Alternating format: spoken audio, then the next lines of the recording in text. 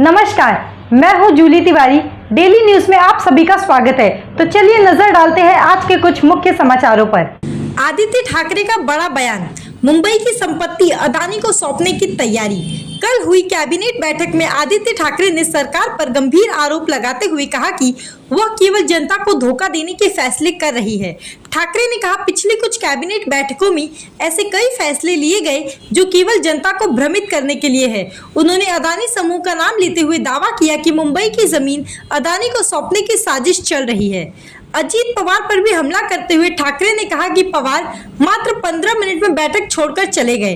ठाकरे ने कई घोटालों को उजागर करने का दावा किया, जिसमें 16,000 करोड़ रुपए का गायमुख से भायंदर रोड प्रोजेक्ट शामिल है। इस प्रोजेक्ट का उन्होंने विरोध किया था और अब कोर्ट ने इस पर रोक लगा दी है। ठाकरे ने कहा, ठेका किसी को भी मिले लेकिन वह नियमों के तहत होना चाहिए, घोटाला नहीं होना चाहिए। कोर्ट द्वारा समय सीमा 20 दिनों से बढ़ाकर 60 दिन कर दी गई है। ठाकरे ने सवाल उठाया कि यह काम क्यों रुका और बैंकों की भूमिका पर भी सवाल खड़े किए। उन्होंने वायु सीमा के विमान के बारे में कहा, एक युद्ध विमान की लैंडिंग हो गई है और अब इसे छोटे और कच्चे रनवे पर भी उतारा जाएगा, तो जब एयरपोर्ट तैयार है तो उद्घाटन क्यों नहीं हुआ। आदित्य ठाकरे ने सिंध सरकार पर तीखा हमला करते हुए कहा कि उनके संस्कार उनके घर के हैं और मैं उस पर चर्चा नहीं करूंगा। अगर उनमें हिम्मत है तो बाला साहब ठाकरे का चिन्ह इस्तेमाल किए बिना चुनाव लड़कर दिखाए।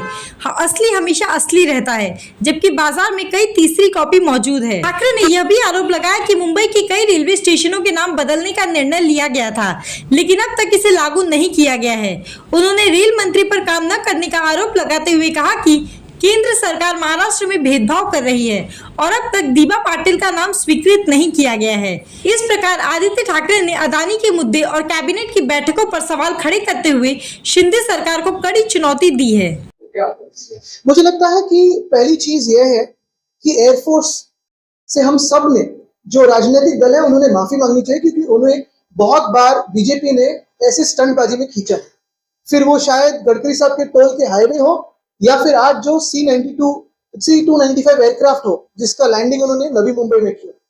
अगर इतना ही रेडी रनवे होता तो पूरे एयरपोर्ट का इनॉग्रेशन कर देते। ये कोई हमारे जो इलीगल सीएम है वो चांद पे या किसी दूसरे ग्रह पे नहीं गए कि दिखाने के लिए, स्टंटबाजी करने के लिए। यहाँ काम शुरू है, हमारी सरकार में भी काम शुरू था, अभी भी काम जारी है। शायद इस आने वाले साल के अंत तक वो पूरा एयरपोर्ट रेडी होगा, फिर जो भी सरकार में हो उसका उद्घाटन करे। लेकिन चुनाव के पहले कोई स्टंटबाजी करे, वायुसेना का एक विमान लेके वहां लैंडिंग करे। अच्छा, ये भी एयरक्राफ्ट कौन सा है? तो C295, जिसे कहा गया है, इसकी खासियत ये है कि ये शॉर्ट और अनपेव्ड रनवे पे भी टेक ऑफ और लैंडिंग कर सकता है। तो क्या ये रनवे अनपेव्ड है? किसी ने जाके देखा है? और अगर पूरा बना हुआ होगा एयरपोर्ट, टर्मिनल हो, सब हो, तो फिर उद्घाटन ही कर दे। दूसरी चीज यही रहती है कि हमने 2022 साल में इस एयरपोर्ट का नामकरण किया था श्री दीबा पाटिल अंतरराष्ट्रीय विमानतल। क्यों भाजपा की सरकार ने इसे मान्यता नहीं दी? हमने छत्रपति संभाजी नगर में जो एयरपोर्ट है उसका नाम छत्रपति संभाजी महाराज एयरपोर्ट करके दिया था, 2020 में दिया था, तो भी केंद्र सरकार ने अभी तक मान्यता नहीं दी। इतना गुस्सा क्यों है महाराष्ट्र के बारे में इनके मन में? इतना द्वेष क्यों है महाराष्ट्र के बारे में? लूटते तो महाराष्ट्र को ही है, तो कुछ एक दो बात तो सुने महाराष्ट्र की।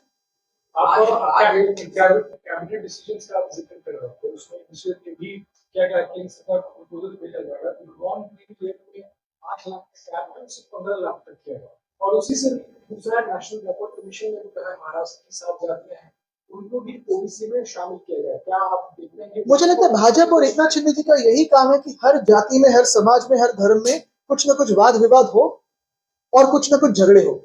ये जो सारे प्रपोजल्स है, जो प्रस्ताव है, वो पहले क्यों नहीं हो, चर्चा क्यों नहीं हो? मैं किसी का विरोध या समर्थन नहीं कर रहा हूं, लेकिन कल जो 80 प्रस्ताव लाए वो कल याद है इनको? कल इमरजेंसी बिजनेस हुआ इनका। 80 प्रस्ताव में से कितने प्रस्ताव भी तो जनता में आए हैं, जनता को पता है। कल छुप के जो कैबिनेट की बैठक हुई बिना पारदर्शिता के, उसमें कितने सारे प्रस्ताव खुद के लिए थे, कॉन्ट्रैक्टर्स के लिए थे, और कितने सारे प्रस्ताव एक्चुअली किसी समाज के लिए हो, या जाति के लिए हो, या धर्म के लिए।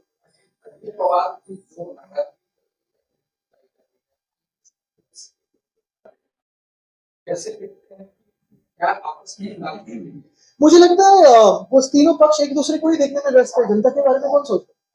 क्या ओबीसी को अपने पक्ष में लाने के लिए इस तरीके के प्रस्ताव? मुझे लगता है कल जो भी सारे निर्णय हुए हैं वो पिछले 2 साल में क्यों उस पर चर्चा नहीं हुई। और मैं जैसे कहूंगा कि इसका हर एक विषय का अभ्यास होना जरूरी है। मैं ना समर्थन करूंगा ना विरोध करूंगा, लेकिन विरोध इस बात का करूंगा बिल्कुल कि कल 120 विषय आए थे कैबिनेट में, उससे 80 निर्णय लिए गए, उसमें से कितने निर्णय आते और मुझे पता।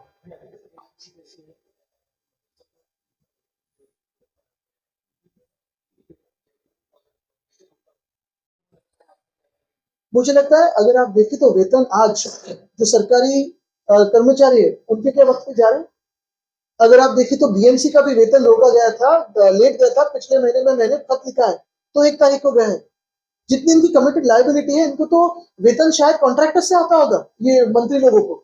और इसलिए मैं कहना चाहता हूं कि कल जो मैंने परसों 2-3 दिन पहले एक विषय लिया था, गायमुख भाईंदर रोड का 16,000 करोड़ का टेंडर था, 2 पैकेजेस में था, उसे 20 दिन में समाप्त कीजिए ऐसे कहा था।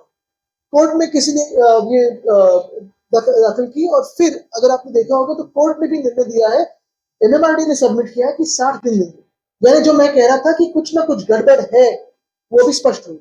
आज चुनाव के पहले हुआ तो महाराष्ट्र में मुझे लगता है जिस महाराष्ट्र को भाजपा ने पिछले 5 सालों में लूटा है, अगर आपने देखा होगा, निचोड़ा है, पैसे निकाले हैं, अत्याचार किया है, अन्याय किया है, महाराष्ट्र का कोई भी व्यक्ति भाजपा को वोट नहीं देगा, ना शिंदे को। आज दशहरा रैली इस तरफ से कुछ ही नहीं आ रहा। लॉन्च किया है ऑफिशियल, उसमें कहा है कि आपके तरफ इशारा करते हुए कि उन्होंने भगवान को किसी हाथ में बेचा और एकनाथ शिंदे ने आके धर्मपाल चला के भगवान नहीं, ये सारी उनकी जो बातें हैं, उनके घर में संस्कार जो हुए उनपे वो बताते हैं। किसी को गद्दारी करके पीठ में कुबस देना, ये सारे उनपे जो संस्कार हुए उनके घर में वो दिख रहा है। और यही बात मैं कहना चाहता हूँ, वो तो थर्ड रेट कॉपी जैसे ही बर्ताव है, ओरिजिनल वो ओरिजिनल होता है। दूसरी चीज है, इतनी अगर हिम्मत हो तो वंदे हिंदू सम्राट बाला साहब ठाकरे का फोटो इस्तेमाल ना करे, शिवसेना नाम में इस्तेमाल करे, धनुष्यबाण में इस्तेमाल करे, खुद का चेहरा लीजिए और जाइए जनता में। तो आज के लिए बस इतना ही। कल फिर मिलेंगे इसी समय इसी चैनल पर। तब तक के लिए मुझे दीजिए इजाजत। धन्यवाद।